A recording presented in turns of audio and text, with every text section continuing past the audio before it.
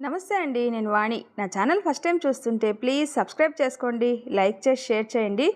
ఈరోజు మనం గోపాలకృష్ణ గారు రచించిన రుణానుబంధం అనే ఒక మంచి కథను విందాం.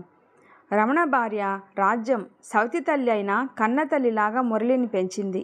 కానీ మురళి ఒక తిరుగుబోతులాగా తయారయ్యాడు. మురళి చేసిన అప్పుల వల్ల రాజ్యంకు చెడ్డ పేరు రాకూడదని రమణ తన కిడ్నీ అమ్మాలనుకున్నాడు. రమణ కిడ్నీ అమ్మాడా లేదా? తర్వాత రమణకు ఏమైంది? మురళిలో మార్పు వచ్చిందా? హృదయానికి హత్తుకునే కథను వినండి. ఏం రమణ, ఇదేనా రావడం అన్న పిలుపుతో ఉలిక్కిపడి వెనక్కి తిరిగి చూశాడు.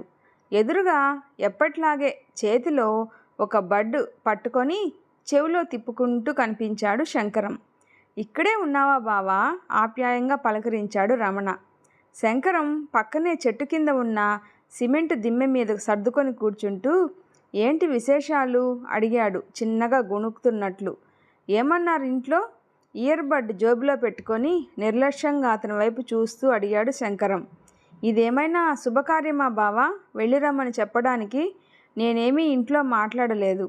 అయినా నాకంటూ ఎవరున్నారని అందుకే చెప్పాలి అని అనిపించలేదు, నిర్లిప్తంగా జవాబిచ్చాడు ఆ చెట్టు కింద నుండి అడ్మినిస్ట్రేటివ్ బ్లాక్ వైపు చూస్తూ రమణ. సూపరింటెండెంట్ డాక్టర్ కార్తీక్ ఇంకా డ్యూటీకి రాలేదు. నీ మాట చెప్పి ఉంచాను. పేపర్స్ అవి పక్కాగా ఉంటేనే కిడ్నీ ఇవ్వడానికి సాధ్యమని పదే పదే చెప్పాడు. ఇవన్నీ మామూలే కానీ ఇప్పుడు కిడ్నీ ఇవ్వాల్సిన పనేముంది రమణ? మనసు పొరల్లో ఎక్కడో మానవత్వం ఉన్నట్టుంది శంకరానికి. అనునయంగా అడిగాడు.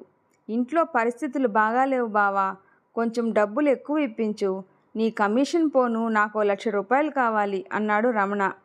నీకు చెప్పానుగా నా కొడుకు మురళి గురించి. బొత్తిగా బాధ్యతలు పట్టని మనిషి. ఎలా పెంచిందో వాడిని రాజ్యం. నాకు వాణ్ణి పెంచడం చేత కాలేదు బావా. రాజ్యం నన్ను వదిలి వెళ్ళిపోయింది. బ్రతికే శూన్యమైపోయింది. ఆకాశం కేసి చూస్తూ దండం పెట్టాడు రమణ. కళ్ళు ఎర్రగా ఉబ్బి ఉన్నాయి. కళ్ళల్లో నీళ్ళు ఇంకిపోయాయేమో అనడానికి సూచనగా ఎండిపోయాయి కళ్ళు. పాపం ఎన్నాళ్ళైందో సరిగ్గా తిని. రమణ, పద ఇంటికి వెళ్దాం. అనునయంగా భుజం మీద చెయ్యేసి అతని చెయ్యి పట్టుకొని పైకి లేపాడు. వద్దులే బావా, నా పని కొంచెం తొందరగా చూడు. ఊళ్ళో అప్పులు వాళ్ళు ఎదురు చూస్తున్నారు. వాళ్ళకి ఇవ్వాల్సిన బాకీలు తీర్చేస్తే నా బాధ్యత ఒడ్డెక్కిపోతుంది. లేదంటే రాజ్యానికి చెడ్డ పేరు వస్తుంది. కళ్ళు తుడుచుకుంటూ చెప్పాడు రమణ. నేను సూపరింటెండెంట్ గారితో మాట్లాడాను రమణ. నీ పని సులభంగా అయిపోతుంది భరోసాగా అన్నాడు శంకరం. బావా, నాకు ముందుగా డబ్బిప్పించగలవా? వాళ్ళకి నమ్మకం లేకపోతే నాతో రమ్మను. ఊళ్ళో బాకీలు కట్టేసి తిరిగి వస్తాను అన్నాడు రమణ. సరే చూద్దాం. అలా జరగదు రమణ, అయినా ప్రయత్నం చేద్దాం. అన్నీ సరిగ్గా జరిగితే రేపు ఈ వేళకి ఆపరేషన్ అయిపోతుంది చెప్పాడు శంకరం. కాసేపు ఇద్దరి మధ్య నిశ్శబ్దం. అప్పుడే వరుసగా 4 కార్లు వచ్చి ఆగాయి.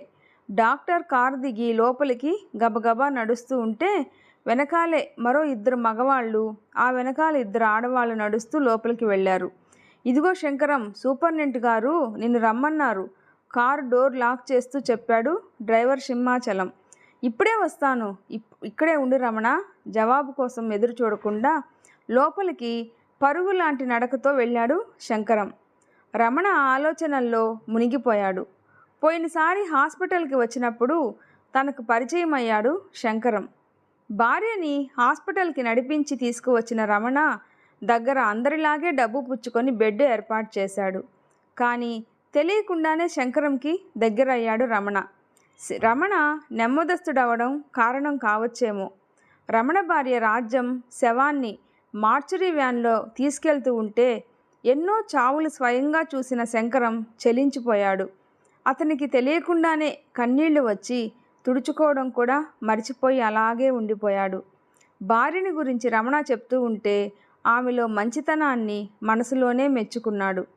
ఆమె ఇంక బ్రతకదని డాక్టర్లు చెప్పినప్పుడు రమణ కళ్ళల్లో నీళ్లు చూసి చెల్లించిపోయాడు. మొదటి భార్య సావిత్రి చనిపోయాక మురళిని పెంచలేక బాధపడుతున్న సమయంలో రాజ్యం రమణ జీవితంలోకి అడుగుపెట్టింది. ఆమె రాకతో రమణ కష్టాలు తీరిపోయాయి. లోకం తీరు తెలిసిన రాజ్యం సిగ్గుపడకుండా కూలి పని చేస్తూ 3 నెలల్లో ఒక గేదెను కొని పాల వ్యాపారం మొదలుపెట్టింది. 6 నెలలు తిరిగేసరికి 3 గేదెలు ఇంటికి చేరాయి. అప్పటి నుండి తిరిగి వెనక్కి చూడలేదు. పట్నంలో మురళిని చదివించింది. వాడు ప్రయోజకుడు అవుతాడు అని అనుకుంటే వాడొక తిరుగుబోతయ్యాడు. వాణ్ణి చదివించడం అనవసరమని రాజ్యం కొంత పొలం కౌలుకు తీసుకొని కొడుకుని పనిలోకి దింపి వ్యవసాయం కూడా మొదలుపెట్టింది. తాను ఏం చేసినా ఒక పద్ధతి ప్రకారం చేసేది. రాజ్యం చలువతో చక్కగా 3 గదులు ఇల్లు కట్టుకున్నారు. సంతోషంగా రోజులు గడిచిపోతున్నాయనగా రాజ్యానికి ఈ జబ్బు వచ్చింది. తగ్గిపోతుందని కొన్నాళ్ళు అశ్రద్ధ చేసినా 10 మంది 10 రకాలుగా చెప్పడంతో హాస్పిటల్కి భార్యని తీసుకువచ్చిన రమణ తిరిగి ఆమెను శవంగా ఇంటికి తీసుకువెళ్ళవలసి వచ్చింది. రాజ్యం హాస్పిటల్లో ఉందని తెలిసినా మురళి మనసు మారలేదు. ఊరొదిలి ఎక్కడెక్కడో తిరిగి వ్యాపారంలో నష్టం వచ్చిందని అప్పులు వాళ్ళని ఇంటి మీదకి తీసుకొచ్చాడు. రాజ్యం చనిపోయిన రోజు శవాన్ని ఇంటి ముందు ఉంచితే అప్పులు వాళ్ళు చుట్టూ చేరి నానా గొడవ చేశారు. అందరికీ బాకీలు తీరుస్తానని చనిపోయిన రాజ్యం సాక్షిగా ప్రమాణం చేసి ఆమె కార్యక్రమాల్ని ఒడ్డెక్కించాడు రమణ. ఈ హడావుడిలో తాను ఉండగానే తనను పెంచి పెద్ద చేసిన తల్లి అని కూడా ఆలోచించకుండా ఆమె దాచుకున్న కొన్ని నగలు దొంగతనంగా ఇంట్లో నుంచి పట్టుకొని పోయాడు మురళి. పోనీలే, కొడుకు ఎక్కడో ఒక చోట సంతోషంగా ఉంటాడు అని అనుకున్నాడు రమణ. సరిగ్గా నెల తిరగకుండానే ఒక అమ్మాయిని తీసుకొచ్చినప్పుడు మౌనంగా ఆమెను కోడలిగా అంగీకరించాడు.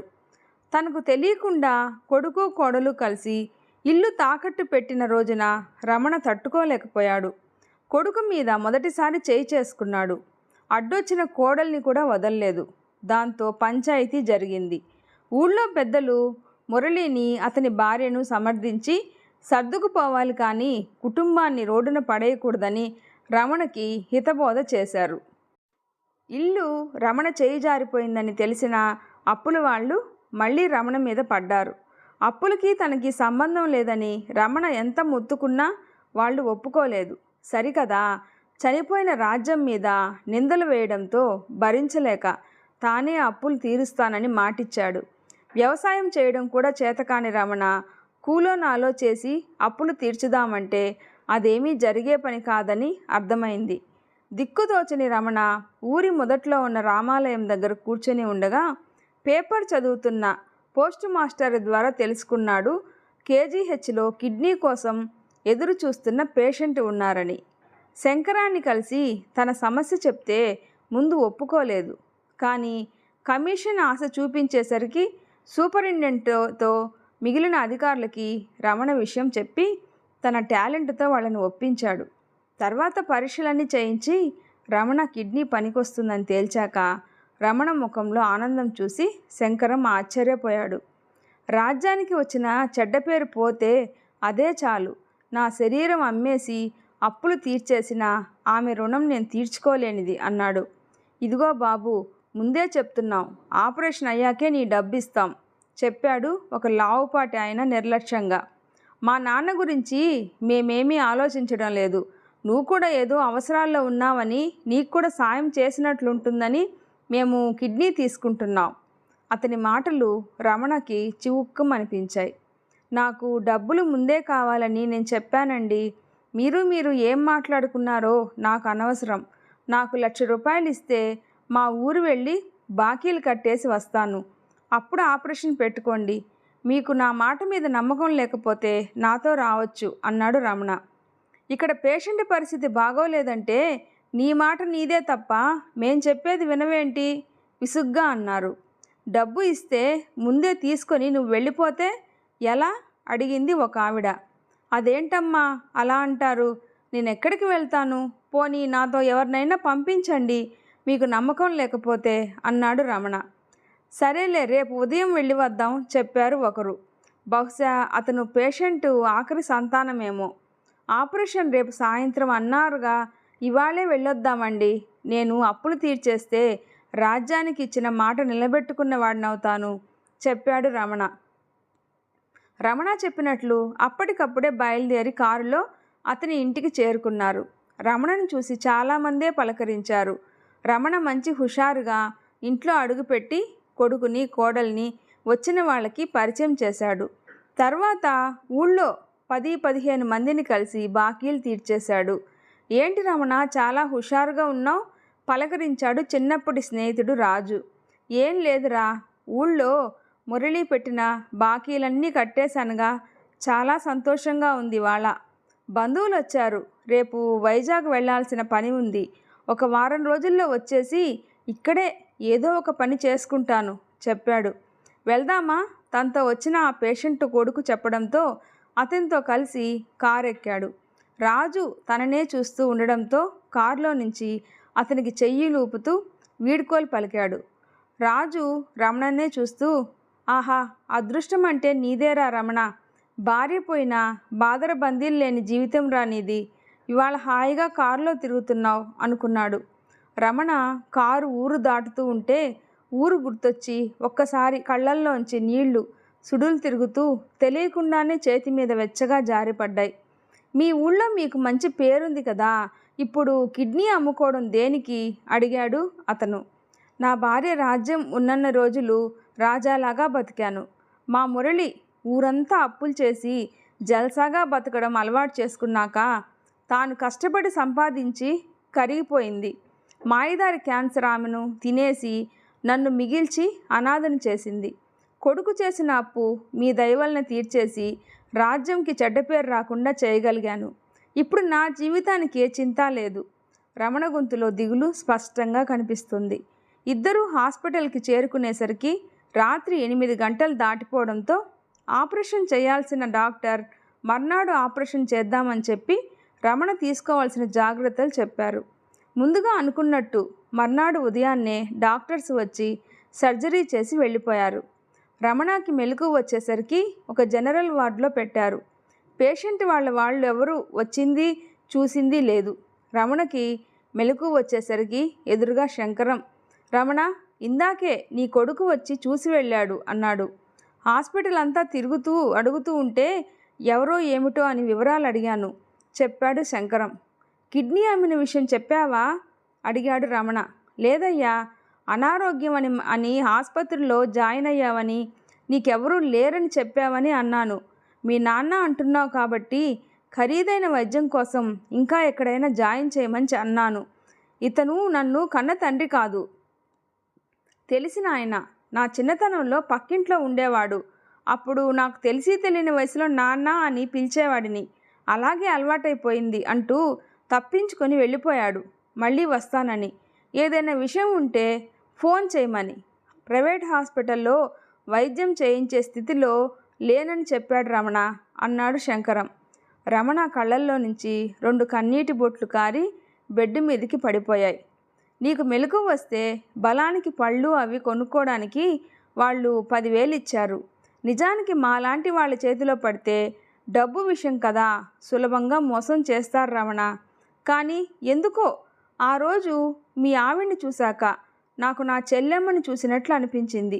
ఈ డబ్బు జాగ్రత్తగా పెట్టుకో, నేను 1 గంటలో వస్తాను అంటూ డబ్బులు రమణ చొక్కా జేబులో పెట్టి వెళ్ళిపోయాడు శంకరం. రమణకి కడుపులో తిప్పేసినట్లు అనిపించింది. కన్న కొడుకు తనని సొంత తండ్రి కాదనగలడని ఊహించలేదు రమణ. కళ్ళు తిరుగుతున్నట్లు అనిపించి లేచి కొంచెం నీళ్లు తాగుదామని అనుకున్నాడు. కానీ సాధ్యం కాకపోవడంతో అలాగే నీరసంగా ఉండిపోయాడు. రమణ, రమణ, మందులు వేసుకున్నావా అంటూ శంకరం తట్టి లేపబోయాడు రమణని. అతని శరీరం చల్లగా తగలడంతో అనుమానం వచ్చి ఊపిరి చూడడం కోసం ముక్కు దగ్గర వేలు పెట్టి చూశాడు. ఎప్పుడో శ్వాస ఆగిపోయినట్లుంది. డ్యూటీ డాక్టర్కి విషయం చెప్పాడు శంకరం. కొంతసేపటికి రమణ చనిపోయాడని డాక్టర్ చెప్పేసి శవాన్ని వాళ్ళు వచ్చేదాకా మార్చురీలో ఉంచమన్నారు. తన దగ్గర ఉన్న ఫోన్ నెంబర్తో శంకరం మురళికి ఫోన్ చేశాడు. నాకు రావడానికి తీరిక లేదండి, కానీ చిన్నప్పటి నుండి నాన్న అని పిలిచి తెలియకుండానే అభిమానం పెంచుకున్నాను. ఇప్పుడే బయలుదేరి వస్తాను, నేను వచ్చేసరికి సాయంత్రం అవుతుందేమో చెప్పాడు. నేను మీకోసం ఎదురు చూస్తూ ఉంటాను బాబు అన్నాడు శంకరం. సాయంత్రం 6 గంటల సమయంలో హాస్పిటల్కి చేరుకున్నాడు మురళి. మనిషి బాగా తాగినట్లున్నాడేమో, గప్పున కంపు కొడుతుంది పక్కన నిలబడితే. పద వెళ్ళి మీ నాన్నని చూద్దువు గాని చెప్పాడు శంకరం. అంకుల్, శవాన్ని చూడడం అంటే నాకు భయం. అసలు హాస్పిటల్కి రాకూడదు అనుకున్నా, కానీ తప్పని పరిస్థితుల్లో రావాల్సి వచ్చింది. ఒక సాయం చేసి పెడతారా అడిగాడు. ఏంటి బాబు, ఏం సాయం చేయాలి అడిగాడు శంకరం. మెడికల్ కాలేజీ వాళ్ళు 25,000 50,000 ఇచ్చి శవాలని కొంటారట కదా. ఇన్నాళ్ళు అతన్ని నేనే చూసుకున్నాను, చాలా కష్టాల్లో ఉన్నాను. ఇప్పుడు శవాన్ని తీసుకెళ్ళి నేను చేసేదేముంది చెప్పండి. మెడికల్ కాలేజీ వాళ్ళకి ఇచ్చేసి నాకు డబ్బు ఇప్పించండి, మీ కష్టాన్ని ఉంచుకోను అంటూ 1000 రూపాయలు అతని చేతిలో పెట్టాడు మురళి. ఛీ, నువ్వు అసలు మనిషివేనా? నువ్వు అతని కన్న కొడుకువని నువ్వు చేసిన వెధవ పనులన్నీ చెప్పి చనిపోయిన మీ అమ్మ ఆత్మ బాధపడకూడదని తన కిడ్నీ అమ్మి నువ్వు చేసిన అప్పులన్నీ కట్టిన మహానుభావుడు. ఇప్పుడు శవాన్ని అమ్మి డబ్బులు పట్టుకెళ్దామని వచ్చి లంచం ఇవ్వాలనుకుంటున్నావు. నీలాంటి కొడుకు ఉంటే ఎంత, చస్తే ఎంత. నా కళ్ళ ముందు నిలబడ్డావంటే ఏం చేస్తానో తెలీదు. వెంటనే ఇక్కడి నుండి వెళ్ళు అన్నాడు. శంకరం కళ్ళల్లో ఎర్రటి జీర చూసేసరికి తాగిన మైకం పోయింది మురళికి. మౌనంగా అక్కడి నుండి కదిలాడు. రమణ, నీలాంటి మంచివాడికి ఈ లోకంలో జీవించే హక్కు లేదయ్యా. నాలాంటి లంచగొండులు, మోసగాళ్ళు, నీ కొడుకులాంటి దుర్మార్గులదే ఈ ప్రపంచం. నీకు ఘనంగా అంత్యక్రియలు నేను జరిపి ఇన్నాళ్ళు చేసిన పాపాలను కడుక్కుంటాను. చచ్చేదాకా నీతిగా బ్రతుకుతాను రమణ, నీ మీద ఒట్టు. మర్నాడు రమణ శవాన్ని మార్చరీ నుండి అధికారుల అనుమతితో తీసుకొని పాడెను భుజానికి ఎత్తుకొని మనసులోనే చెప్పుకున్నాడు శంకరం. వీడియో నచ్చితే ప్లీజ్ లైక్ చేసి షేర్ చేయండి, సబ్స్క్రైబ్ చేసుకోండి. Thanks for watching.